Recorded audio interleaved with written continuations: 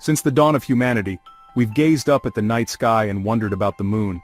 Long before telescopes or rockets, our ancestors looked up in awe, weaving myths and legends to explain the glowing orb that followed them through the darkness. The moon became a symbol of mystery, a silent companion in the vast expanse above, inspiring both fear and fascination. This silvery orb, so close yet so far, has captivated our imaginations for millennia. Its phases marked the passage of time, guiding ancient calendars and rituals. Civilizations across the world, from the Egyptians to the Mayans, built monuments aligned with lunar cycles, and poets found endless inspiration in its changing face. The moon has always been more than just a rock in the sky. It's been a muse, a guide, and a source of wonder. We've told stories about it, written songs about it, and even dreamt of traveling there. Around campfires and in quiet rooms, people have shared tales of moon gods and goddesses, of lovers separated by distance, and of magical journeys across the night sky. The moon has been a backdrop for our dreams and a canvas for our creativity, shaping art, music, and literature throughout history. Remember watching those old science fiction movies? The ones with rocket ships flying to the moon, people bouncing around in low gravity, and futuristic lunar cities? These films captured the spirit of an era when the impossible suddenly seemed within reach. They sparked the imaginations of generations, making the moon not just a distant dream, but a destination to strive for. Those stories, though fictional, tapped into a very real human desire, the urge to explore the unknown. Just as ancient explorers set sail across uncharted seas, we've always looked for new frontiers. The moon became the ultimate symbol of that quest, a place that beckoned us to leave the safety of Earth and venture into the cosmos. It's a testament to our curiosity and our relentless drive to discover what lies beyond the horizon. For centuries, the moon has served as a blank canvas for our hopes and aspirations for space travel. Artists have painted it, writers have imagined civilizations thriving beneath its surface, and scientists have sketched out blueprints for lunar colonies. Each generation has projected its own dreams onto the moon, seeing in its pale glow the promise of adventure, discovery, and even a new home for humanity. From early literature like Jules Verne's From the Earth to the Moon to modern cinematic adventures like 2001, A Space Odyssey, the idea of living on the moon has been a recurring theme in popular culture. These stories didn't just entertain, they challenged us to imagine what life could be like beyond our planet. They inspired scientists, engineers, and dreamers to turn fiction into reality, fueling the space race and shaping our collective vision of the future. These stories, while fantastical, reflect a deep-seated human desire to push the boundaries of what's possible and explore the cosmos. The moon has always represented the next step, a place just out of reach yet tantalizingly close. It's a reminder that our ambitions are not limited by the ground beneath our feet, but by the scope of our imagination and our willingness to take risks. Throughout history, each new discovery about the moon has only deepened our fascination. Early astronomers mapped its craters and seas, while children built model rockets and dreamed of blasting off into space. The moon has been a constant companion in our journey of scientific progress, always urging us to look higher and reach further. But what was once confined to the realm of science fiction is steadily transitioning into the realm of possibility. Today, teams of scientists and engineers around the world are working tirelessly to solve the challenges of lunar exploration. From designing new spacecraft to developing habitats that can withstand the harsh lunar environment, the dream of setting foot on the moon and staying there is closer than ever before. With advancements in technology and a renewed global interest in space exploration, the dream of living on the moon is becoming increasingly tangible.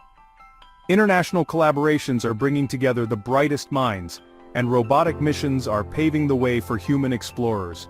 Training facilities on Earth simulate lunar conditions, preparing astronauts for the challenges and wonders that await them.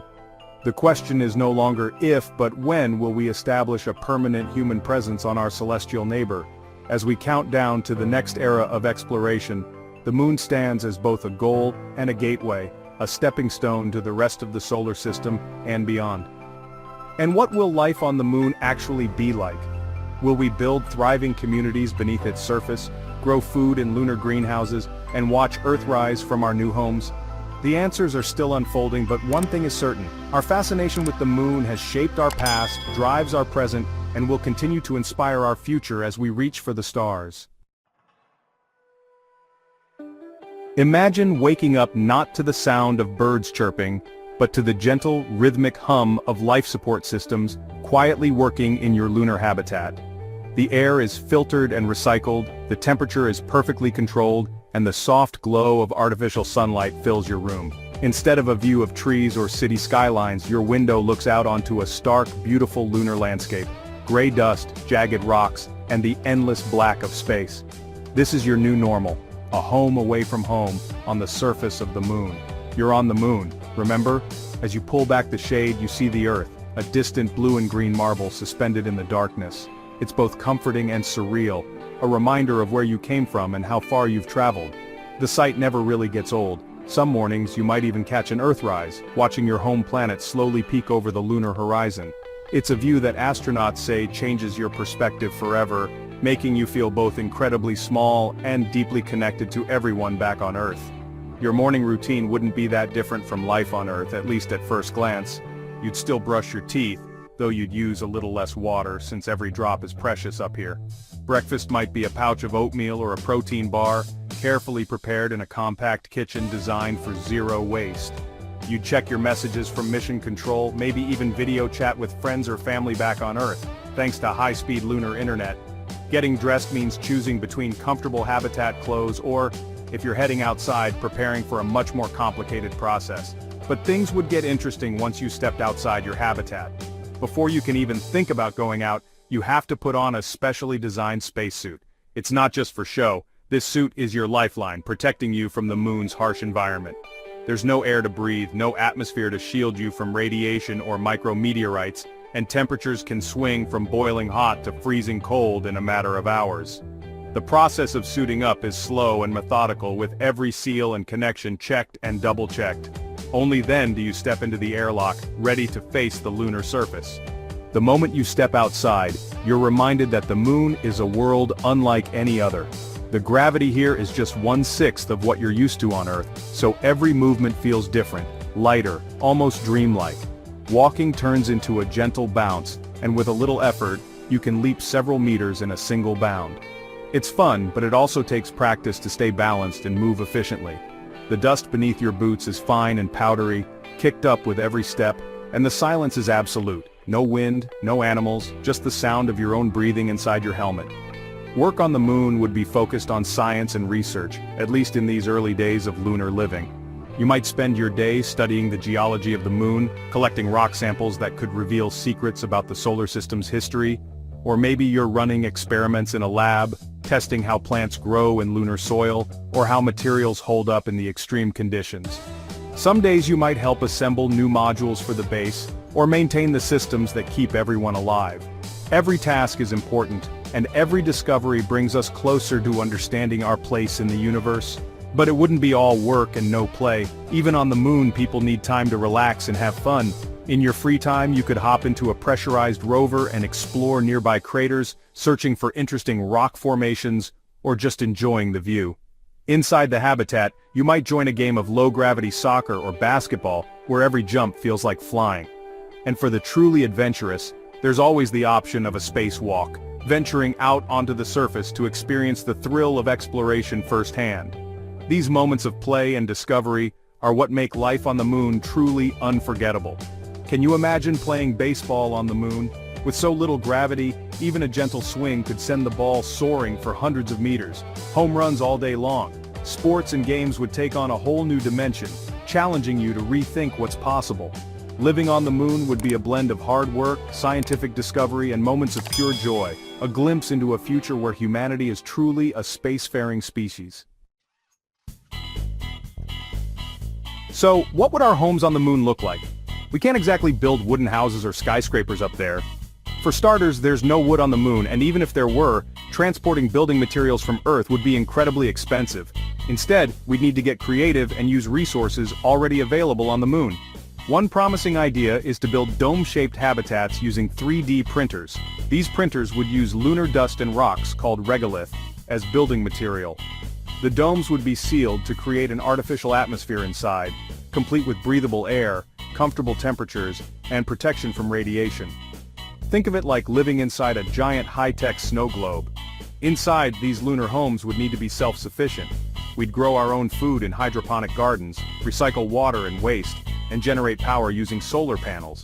It would be like living off the grid, but on a whole other level. We'd have to learn to conserve resources and live sustainably, which would be a valuable lesson for all of us back on Earth.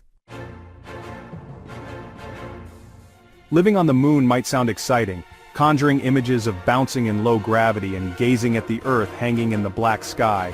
But the reality is far more complex, and it certainly wouldn't be without its challenges.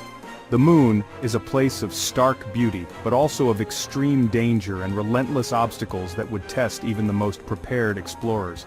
In fact, surviving on the moon would be downright dangerous without a lot of preparation and technology. Every aspect of daily life would need to be carefully planned and supported by advanced systems. Unlike Earth, where we take so much for granted, the moon offers no margin for error. A simple mistake could quickly become life-threatening. First and foremost, there's no breathable air on the moon, so we'd need to create our own oxygen supply. This means every breath you take would depend on technology working perfectly, every minute of every day. Oxygen would have to be generated, stored, and recycled with incredible efficiency, and any failure in the system could be catastrophic. Remember those spacesuits from the Apollo missions? They were marvels of engineering for their time, designed to keep astronauts alive for just a few days on the lunar surface. But for long-term living, we'd need even more advanced versions for everyday life on the moon. These suits would have to be lighter, more flexible, and capable of protecting against the moon's harsh environment for weeks or even months at a time. They'd need to shield us from radiation, micrometeoroids, and the abrasive lunar dust that can damage equipment and harm human lungs. Then there's the issue of water. On Earth, water is everywhere, but on the moon it's one of the rarest and most precious resources. Without a steady supply, survival would be impossible. While scientists have found evidence of ice at the moon's poles, accessing and utilizing it would be a major undertaking. The ice is often mixed with lunar soil and locked away in permanently shadowed craters, where temperatures plunge to hundreds of degrees below zero. Extracting it would require specialized equipment and a lot of energy. We'd need to develop ways to extract, purify, and transport this water to our lunar settlements.